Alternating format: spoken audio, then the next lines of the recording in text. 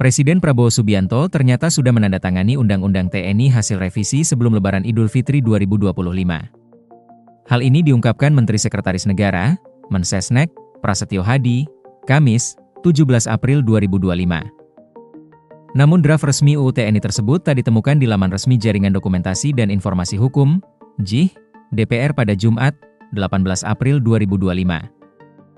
Prasetyo Hadi mengungkapkan bahwa Presiden Prabowo Subianto sudah menandatangani revisi Undang-Undang UU Nomor 34 Tahun 2004 tentang Tentara Nasional Indonesia (RUU TNI) sebelum Hari Raya Idul Fitri 1446 atau Lebaran tahun ini.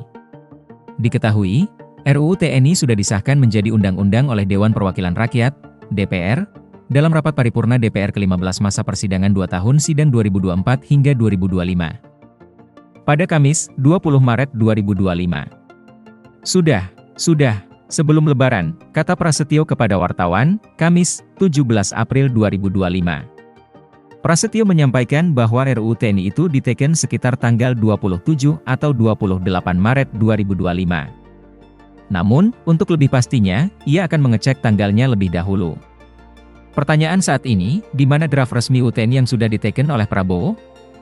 Berdasarkan penelusuran Kompas.com di laman resmi Jaringan Dokumentasi dan Informasi Hukum, JIH, DPR pada Jumat, 18 April 2025, draft RUU TNI yang sudah disahkan menjadi undang-undang maupun yang sudah diteken Prabowo tidak ada di situs tersebut.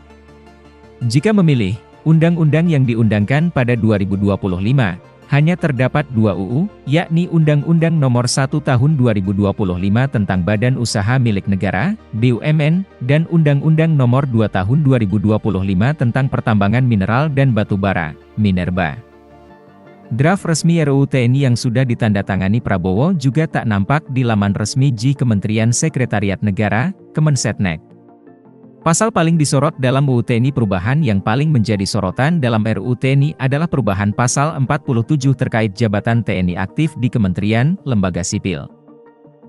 Berdasarkan pasal 47 ayat 1 UU TNI lama, terdapat pasal yang menyebut prajurit TNI hanya dapat menduduki jabatan sipil setelah mengundurkan diri atau pensiun dari dinas aktif keprajuritan.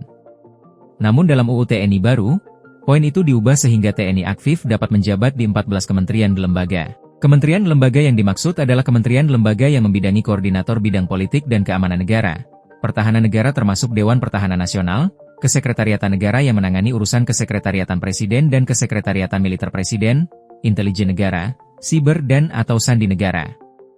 Kemudian, Lembaga Ketahanan Nasional, Pencarian dan Pertolongan, Narkotika Nasional, Pengelola Perbatasan, Penanggulangan Bencana, Penanggulangan Terorisme, Keamanan Laut, Kejaksaan Republik Indonesia, dan Mahkamah Agung. Sementara itu, TNI aktif harus mundur atau pensiun jika mengisi jabatan di luar 14 kementerian lembaga sipil tersebut. Selanjutnya yang mendapat sorotan adalah poin revisi soal batas usia pensiun diatur dalam pasal 53 UU TNI.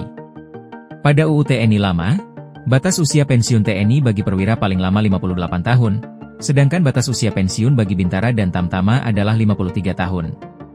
Setelah direvisi, batas usia pensiun diperpanjang sesuai dengan pangkat prajurit. Pasal 53 ayat 3, UU TNI baru mencatat batas usia pensiun bintara dan tamtama paling tinggi 55 tahun, perwira sampai dengan pangkat kolonel adalah 58 tahun.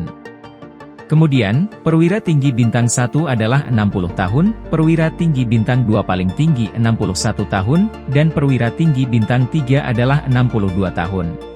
Download Tribun X sekarang. Menghadirkan lokal menjadi Indonesia.